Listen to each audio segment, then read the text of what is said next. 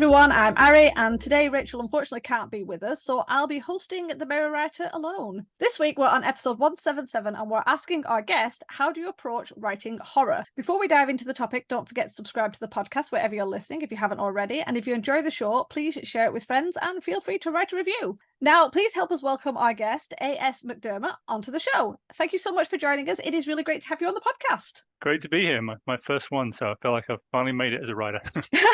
It is great. I love it when people are the first podcast is ours. It's awesome. Before we begin, would you please tell everyone why this topic is important to you? So I've been a horror fan from a very young age. I grew up in England in the 80s, so I watched lots of video nasties when I was too young, Evil Dead and all those kind of movies, and then started reading Stephen King books when I was around 10. So it's probably the first kind of genre I fell in love with, and I kind of alternate between sci-fi and horror, my favorite genre, but I think horror may just edge it out. I can't believe you read Stephen King books at 10. Yeah. No. I have to admit, I'm not a big horror fan. I do like watching certain horror movies, but I usually get my partner to watch them first, and then he can tell me if it's too much for me, and then I will watch them, because I am one of those that if I watch it, it'll be like in my head. Same with reading the books. It's like I will sometimes be like, it might be a bit too much. I'll have to read it on a sunny day. None of this reading at nighttime. Way too much. Let's dive right into this topic, because I actually do want to know more about writing horror, because I've never tried writing horror. So what are the characteristics of a horror story? So I think the most important characteristics to me is having relatable characters, because I feel like if you don't relate to the characters, it's hard to feel their fear and actually worry about what's going to happen to them. So I think even more than some other genres, horror, it's very important that characters are don't necessarily have to be likable, but at least relatable, so you can understand them, and they're not doing stupid things like going down in the basement to investigate strange noises at night, because that kind of pulls you out of the story, because you're thinking, why are they doing that? So having characters that act like real people and relatable, I think, is very important. And then horror needs a good setting. It doesn't always have to be gothic and spooky. It can be everyday suburbia, or a council flat, or wherever you want to set it. But it needs to be a memorable setting. And then I think the other important characteristic of a horror story is like building a sense of dread. I like the kind of the slow burn stories where the sense of dread slowly builds up. Something's not quite right, but then as the story goes on, the horror becomes more to the forefront. And I like the way that you can go from this normal world and slowly make things creepy and supernatural. And I think horror it's just a lot of fun to read and write, and really lets you focus on the story and the characters, and you don't necessarily have to worry about the themes. There can be themes in there about real life stuff, but it's kind of mainly just having fun with it.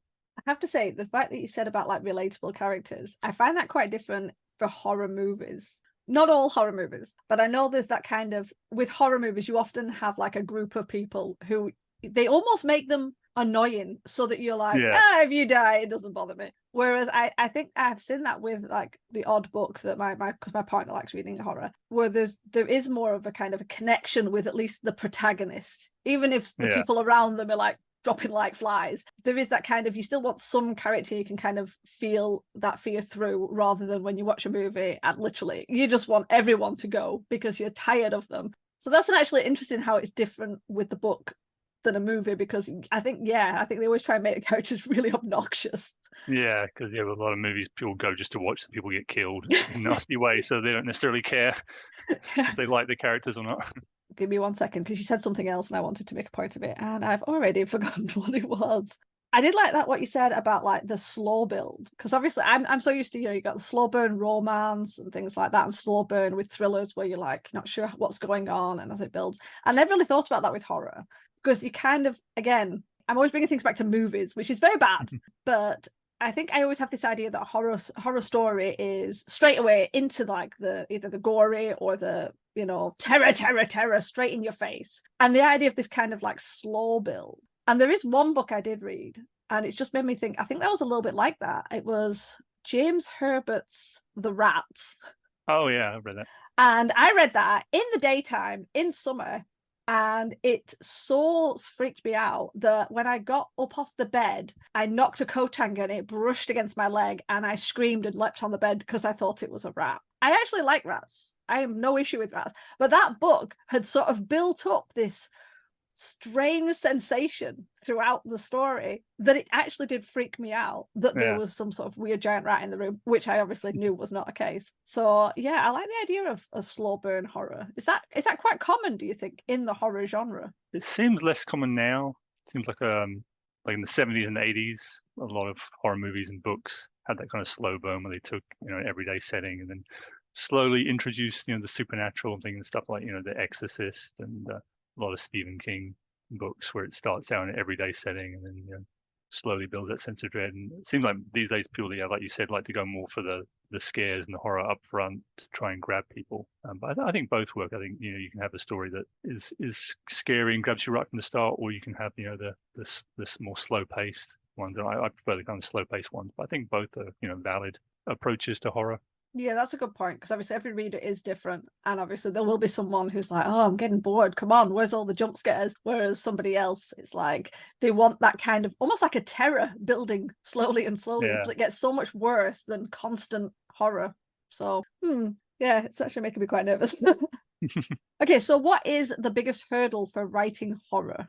So I think that goes back to what I was saying about the pacing, where I think some people think because it's a horror story, they have to have, a scare every couple of pages, something gory or frightening happening to grab the reader. I don't think you always need that. Like some stories are based on the scares and jump scares, like you said, and that approach is perfectly valid. But I think some horror stories don't necessarily have to be scary. Like Interview with the Vampire is one I think of where it's not really a scary story in a traditional sense because you're identifying with the vampires instead of the humans. So it's not like a traditional scary story, but it really examines the characters, I think. And that's one of the best things about horror, I think, is that you can take like really kind of dark and disturbing stories. Like Interview with the Vampire is basically about two serial killers who recruit a young girl into their lifestyle, which if you took out the supernatural elements, it would be, very dark and disturbing. A lot of people, wouldn't want to read that. But you add the vampires in it and people are like, oh yeah, that's cool. That's a fun story.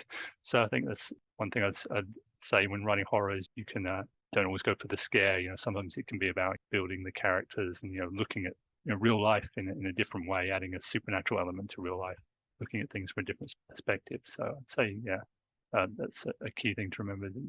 Don't always go for the jump scare every second.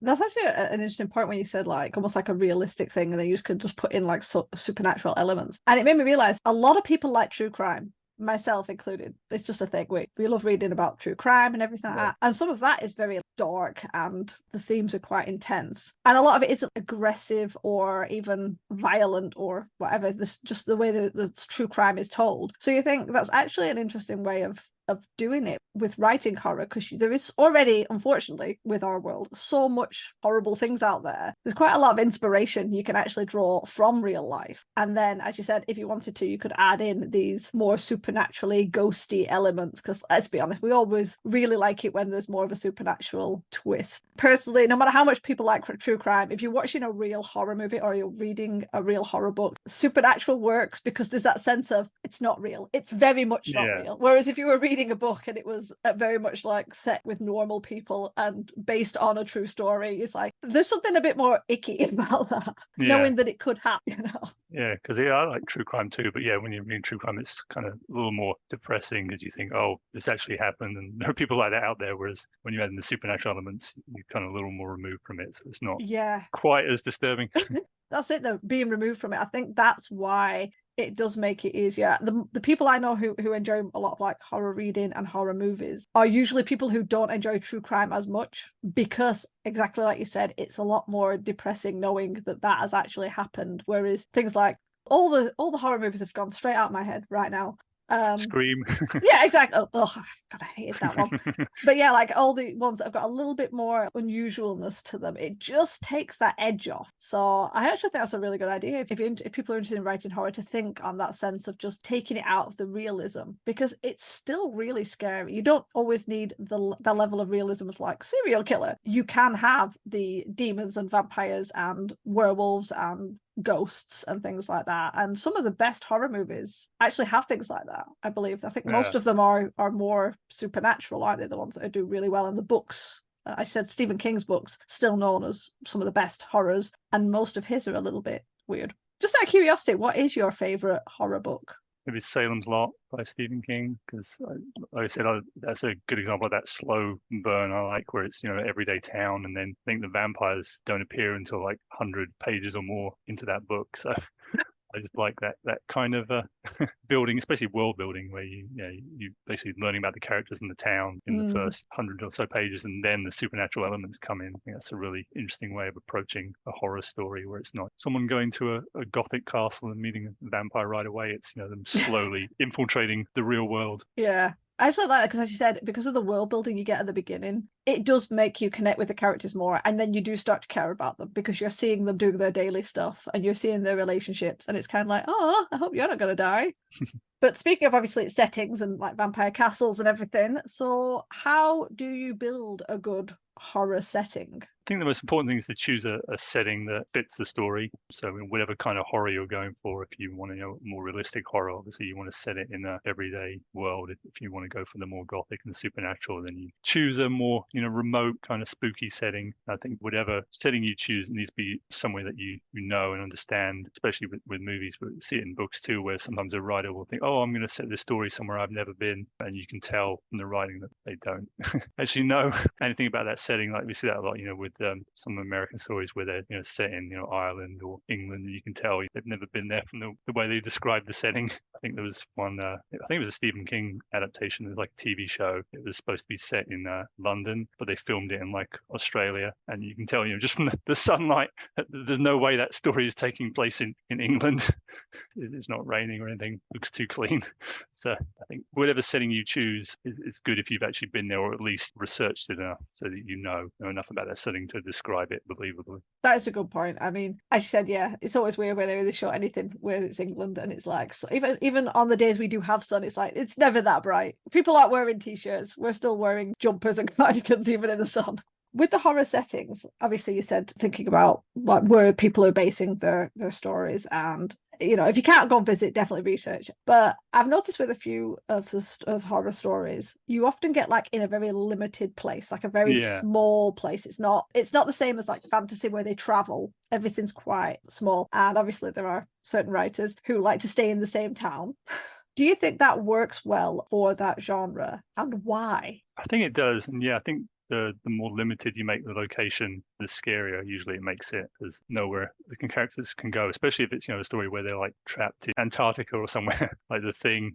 Those kind of movies, the limited location really adds to the dread and the fear. So I think you can do a horror story on kind of an epic scale where it's zombies taking over the whole country or whatever. But I think my favorite ones are kind of the more limited ones where you have a group of characters trapped in, not necessarily trapped, but they're in one place, and it's hard for them to leave some creature or something. The killer is hunting them down, and there's less places they can hide, and it's good if you give an explanation of why they're trapped there, because a lot of times you'll be reading a story or watching a movie like, why don't they just leave? So it's good if you can come up with a limited location and then also explain why they can't leave that limited location, and that adds a lot to the suspense and the scares. That reminds me of, I don't think it was a movie, I think it was like a TV series, but it was only like 5 episodes. And this is where I'm trying to remember. I think it was called like The Storm of the Century. Oh, yeah. Might have been, was that a Stephen King one? Or an adaptation? I like that because that was exactly what you said. It's like it was mostly about the whole town, but then it was the storm is what cut them off from everything. Yeah. And thinking about that, I noticed something, again, from my horror movies that I watch because I don't read many books. You often find with horror movies, it is what you just said, like a group of people. And from what I've noticed, there's not always like the most main character. Like you'll read certain books or watch certain movies, and there's a very, very distinctive protagonist with several secondary characters around them. Yeah. From what I've seen with horror movies, and I would like to know about the books as well, it seems to be that there's usually a group of people, and it can even be like a large group of people from the town where you kind of see lots of different things. It doesn't seem to be as intense with the protagonist. It's almost like, yes, they are the protagonist, but there's so many other plots and issues going on with all the other characters that they all become almost like main characters. Is that kind of typical in a horror book? I think it is, and I think one of the reasons for that, not focusing on just one main protagonist, is it makes it harder harder to kind of guess who's going to survive, because if you have one person who's obviously the star of the story, you think, oh, well, they're not going to die because they're the main character, so we only have to worry about the other characters dying. Whereas if everyone's kind of equal at the beginning of the story, it makes it harder to guess, oh, who's going to survive? Is this person actually the main character, or are they just going to get killed halfway through the story? So I think, yeah, that's one thing that definitely works well with horror, is kind of playing around with who the main protagonist is, because there's quite a few famous horror stories like Psycho, the one where they actually kill off the main character who you think is the main character early on, and then you're not sure who you're actually following in the story. So I think that's putting the reader or the viewer, if it's a movie, kind of off balance and wondering who's going to make it to the end is, yeah, definitely a very effective thing. That's a really good point. I actually watched Psycho again recently, and it always throws me that they just you follow her right at the beginning, and obviously they always say, bring in the protagonist early, and then she's gone, and it's like, oh, okay, that's a little bit strange. But yeah, like you said, how there's very few red shirts in horror. As you said, you want people to like, oh, I wonder, are they going to survive? Are they going to survive? Whereas in certain movies or books, you can tell it's like, you're a red shirt. You're definitely going to go first. You've only been brought in and just been named, so you can die in the first battle and no one's going to cry, but at least then there's been a death, because let's be honest, you have to kill off characters to make anything interesting. So that's actually a really good point. Although it does remind me of, was it Cabin in the Woods? Yeah. Where they brought everybody in, and it was literally like they were going to die in a certain order. But even that, I think that threw a bit of a curveball by, I'm going to put spoilers, by bringing somebody back when they thought they'd died. Yeah, kind of playing with the tropes of horror. I keep throwing extra questions at you, and I'm so sorry. That's fine. It reminds me of stuff I forgot to mention earlier. Speaking of horror books, is there an average sort of size for horror writing? Because like certain things like contemporary romance is usually quite a shorter book than, say, your epic fantasies. And I would have always assumed that horror was quite a lot shorter, just because of the type of genre. But then obviously you look at some of the sizes of the books that Stephen King writes, and they're a lot bigger. So what is your thoughts on book size? Yeah, he's kind of an outlier, because you have something like It, where the bloody thing is 1,000 pages long. But that's not typical for horror. I think most horror stories probably work best in the 200, 400 page range, where they're long enough for you to get involved in the characters in the story, but not kind of dragging it out. So I think there are a few writers who can make it work on a more epic horror story taking place over several years, and obviously the longer length is justified. But I think most horror works better at a shorter level. Do you think horror can be done as a series? Because most of the horror books I'm aware of are standalone stories, or they're things like the Point Horror collection, where it's very individual stories, but they're all under this umbrella of point horror. Do you think they have to mostly be that, or is it possible to kind of create a series? I have no idea if there are already loads of horror series, and I'm just making it really obvious that I don't read horror. It seems like the only real horror series that are successful are young adult books. There's quite a few of those that have a horror series, but with the more adult horror fiction, I think you really see a lot of series in horror. They'll reference earlier books, like Stephen King does that a lot, where he'll bring back characters from other books and reference things, but they're not direct sequels. So with movies, obviously they do a lot of series of horror, but it doesn't seem to happen with books so much. I don't know why that is. Maybe because a lot of people, when they're writing a horror story, they throw everything they can think of into it and really make the characters go through some shit, so they don't have a lot of ideas for a sequel. Or if everybody dies at the end, it also makes it hard to do a sequel as well. I suppose if you brought in a sequel and the main character who was the one that survived was in that one, and then they've got a lot of new friends and they start dying, it's you feel like the police will be involved, going are you sure there's ghosts? There's an awful lot of people dying just around you. It becomes like Die Hard or something. How can the same shit keep happening to the same guy? Exactly. I'd actually be interested to see that a series of horror, either similar to what is that called? Oh my gosh, what is it called? Not like a series arc, but Sherlock Holmes, where each one is a case, but it's the same characters. I'd be interested to see if someone did something like that with more not YA, because I get a bit tired of reading YA. Something a bit different from YA. I'd be interested to see that, to see if that was something that would do well. Yeah, because I've actually been thinking about writing a vampire series where it's not necessarily the same characters in each book, but it takes place in the same world, and there's a 10-year gap between each book. So it kind of examines, different time periods of this kind of vampire mythology. I think that would be something interesting to do. So it's not necessarily a sequel, but each book kind of adds to the mythology of this world. That's actually really cool, because obviously most people who write vampire fiction, because I write vampire fiction, we do stick to like a specific time frame, and we sort of follow the characters. You may get the odd spin-off where you go back to their origins, but most vampire fiction does sort of stick to one area. So the idea of having books that span decades or centuries would be really interesting, because you'd get used to the characters, but then you'd also have a whole new world building for different locations or different time periods. So you get to watch them grow and change and develop over a really long time. Oh, that's a really good. Get to writing that. I would read that. That is really cool.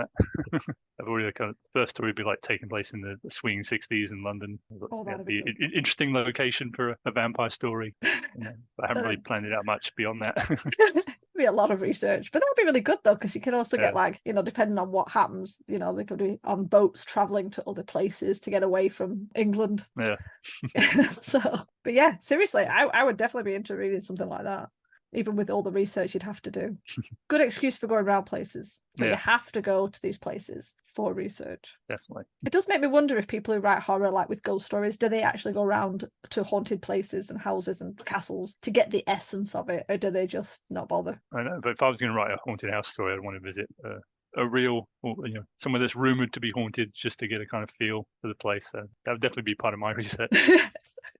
Put it down as your expenses. I had to go to this castle, this haunted tour. I had to. It was important. I'd spend the night, but I'd at least visit during the day. No, I've been on one ghost tour, and it was at night, but it was like late. It was in winter, so it was always going to be dark. I think it was like 7 or 8 o'clock, and you got mulled wine, and then they took you around this really old castle, and there was this eerie feeling. I mean, thankfully I didn't see anything, but there was certain rooms you were just like, I don't want to stay in here. This isn't good. But the idea of staying overnight, I have too much of an imagination. It would be every creak, every I could watch somebody close the door and be like, what was that?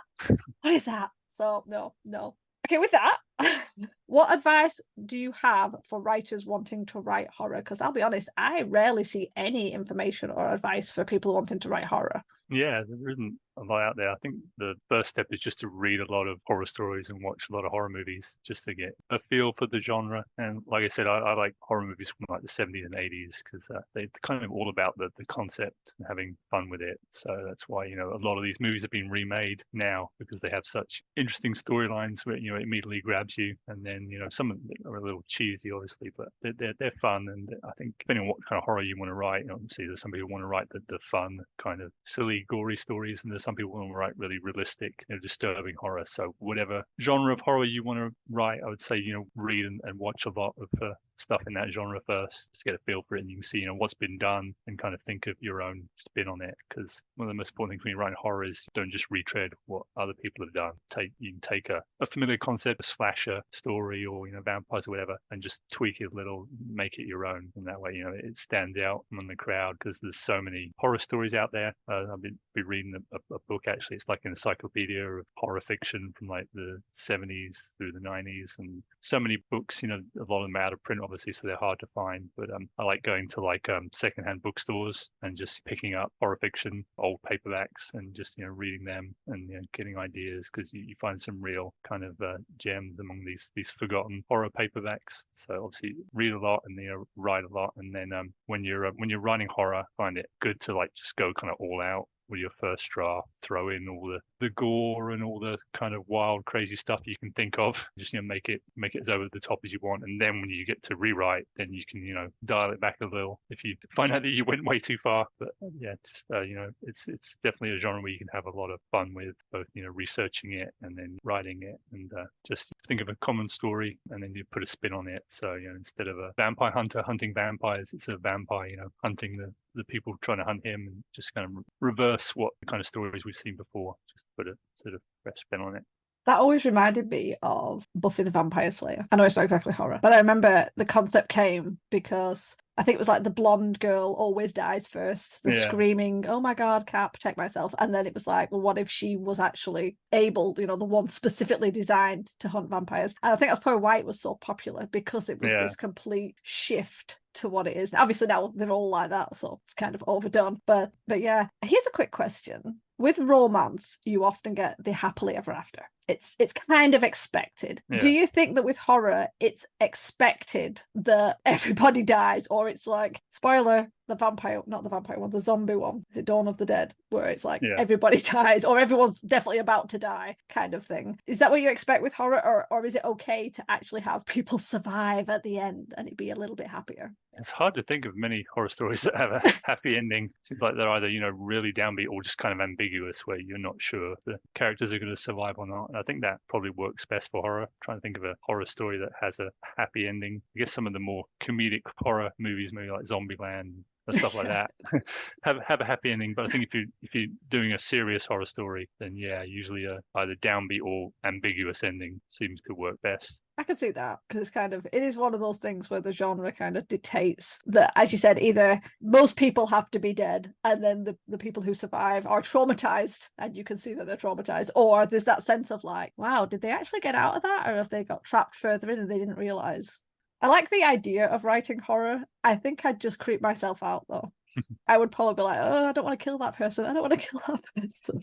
How do you go about killing people off in horror? Because I think when you write, I was going to say normal books, that's not fair to horror. When you write other genres, obviously you usually have to kill off the odd character here and there, unless it's a romance where you don't often do that. But with horror, the likelihood is there's going to be a bigger body count, in which case it's like, that must be quite difficult because you're kind of connected to your characters as you're writing them. But then you've got to be like, okay, who's going to die today? You, then you, then you. That's a little intense. Yeah, definitely you can get attached to some of your characters and not want to kill them off. I've definitely had stories where I intended to kill someone off and ended up not, because I didn't want them to die, and the reverse happens as well. You think a character's going to make it to the end, and then you're like, oh, I'm tired of this character. I'm just going to kill him off.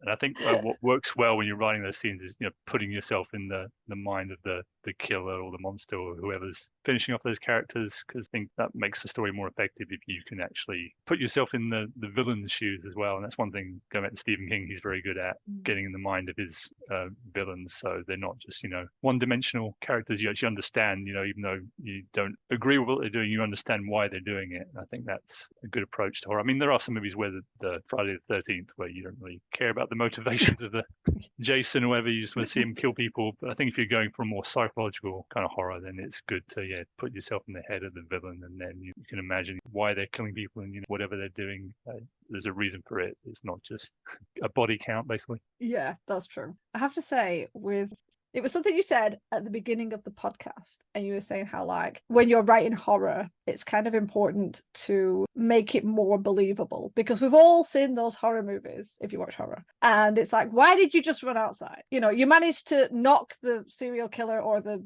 monster out, and instead of taking away their gun, they never take away their weapon. You're just like, no, I'll just run out without shoes on into the night. I won't go towards the street and the police station. I'm just going to run into the woods where they came from and just flail around screaming. And I have to admit, every time I watch a movie, I'm always like, why did they do that? Why did they do that? And I assume when you're writing a book, it's better to not do that. Yeah, especially if you're getting into the character's thoughts, and obviously you need to come up with a logical reason why they're doing what they're doing. If you explain that they're the kind of person who always panics, then it makes a little more sense that they might make a bad decision when they're being chased by a killer. But I think if you're gonna have characters act stupid in a horror story, at least get into their head and explain why they're acting that way. And that's one thing you obviously do better in a story. In a movie, you can't really explain why a character is doing something, so you just assume, oh, they're just clueless. They don't know what they're doing. I have to admit, that was the one thing I hated with Scream. I think it was Neve Campbell's character. Every time she got attacked, she seemed to be able to like knock them out or put them on their ass, and then the knives would fall out of her hands. And instead of grabbing it, even if she didn't want to attack the attacker, but she never grabbed it and ran. She would just leave it next to their hand. She didn't hit them again. She didn't tie them up. She didn't even run out and close the door, lock it. She would just run all the doors open, and you just like, seriously? You just left the knife there? And oh, look, he's back again. Every time. And it would really stress me out. So I can imagine if you're reading a book, reading the characters doing this, and it's like, I don't get why you're doing that. Why would you be that stupid? Yeah, and you don't need to do that for the horror to work, because I think it works really well is if the character actually does do the right things and then they still, get killed or wounded or whatever, then that makes it scary, because you're thinking, oh, they acted the way they should have in that situation. They were logical and they didn't panic, but then they still got stabbed stabbed or whatever. So that makes it scary. You think, oh, anybody can die, because it's not just the people who are running up the stairs when the killer's waiting for them. That's actually a really good point. Yeah, because again, I've watched some movies. I think the one I liked the most was As Above, So Below, and they end up in the catacombs in France. And then it's very supernatural. So they go somewhere they're not meant to go, but they're going there for a reason, and they get through. And then it's where they want to go back, it's blocked up suddenly. So they can't help but go forwards. And every time they do steps, they're doing almost always the right thing. They've got like equipment, they're careful and all this, and things just keep happening. And it makes it a better story rather than sitting there going, why did you do that? Why did you come into, why did you go up the mountain without equipment and snowshoes or anything? There's always this kind of sense of annoyance with it. And I suppose some horror might be that they want you to get annoyed with the characters so that then you're like, come on, die. But I have to admit, I can imagine the same is with books, where if the characters are doing more logical things, or if literally they've only got 3 options and they're all bad, but they pick the less bad one. Yeah. And you think, yeah, I would probably have picked that. And then something happens. I can imagine that being a much more impactful thing for the reader. To the point where you're like, oh, I don't know if I want to go out to the cabin in the woods anymore.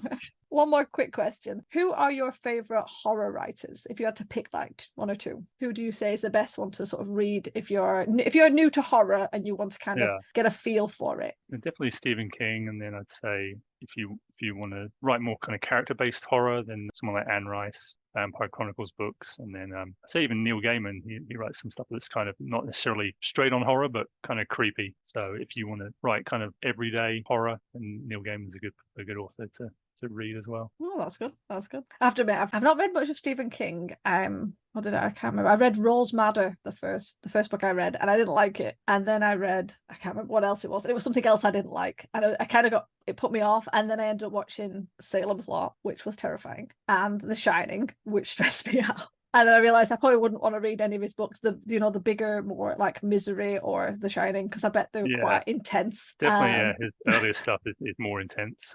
Yeah.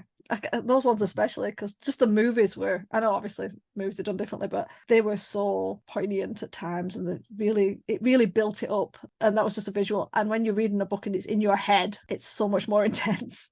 Okay, with that said, we'll probably end this podcast. So it has been absolutely great having you on the show. Before you go, would you like to share some stuff with our listeners? A bit of shameless pimping? So yeah, I'm working on a few books right now. Actually working on a sequel to the first novel I published, Supernormal, which isn't a horror.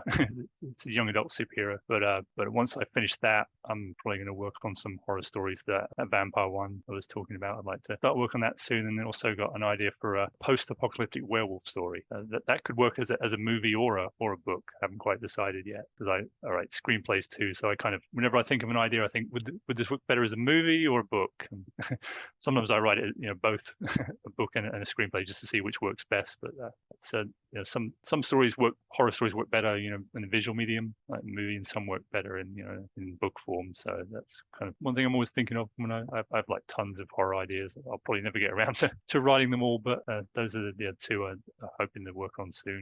Werewolves and vampires, 2 of my favorites.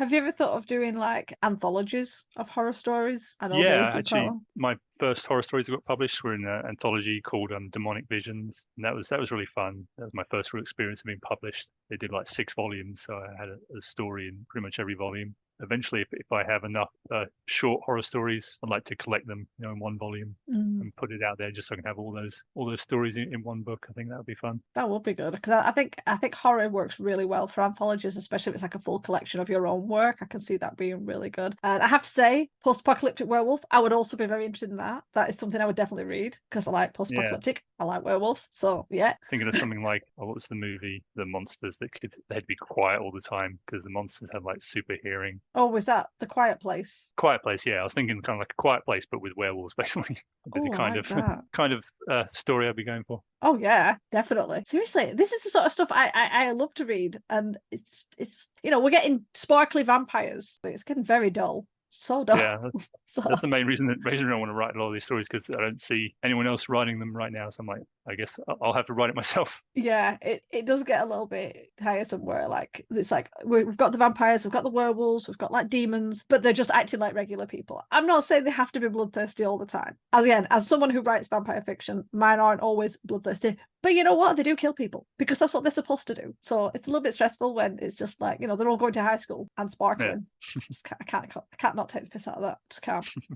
Okay, thanks again for joining us on the podcast, and I will make sure to put all of your links in the description for below, so obviously anyone wants to go and see your work or see what you do, there'll be links on that. In the meantime, we're going to turn it over to you guys. Do you read or write horror, or would you like to? Let us know your answers in the comments below so we can chat, and remember we release new episodes every Wednesday. Next week we're discussing the characteristics of middle grade books. To ensure you don't miss it, hit the subscribe button on your way out. As always, thanks for listening to the Mare Writer Podcast. We'll see you next week. This podcast is brought to you by Sticky Notes. Our walls are covered. The music titled Inspired is by Kevin MacLeod, licensed under Creative Commons 4.0.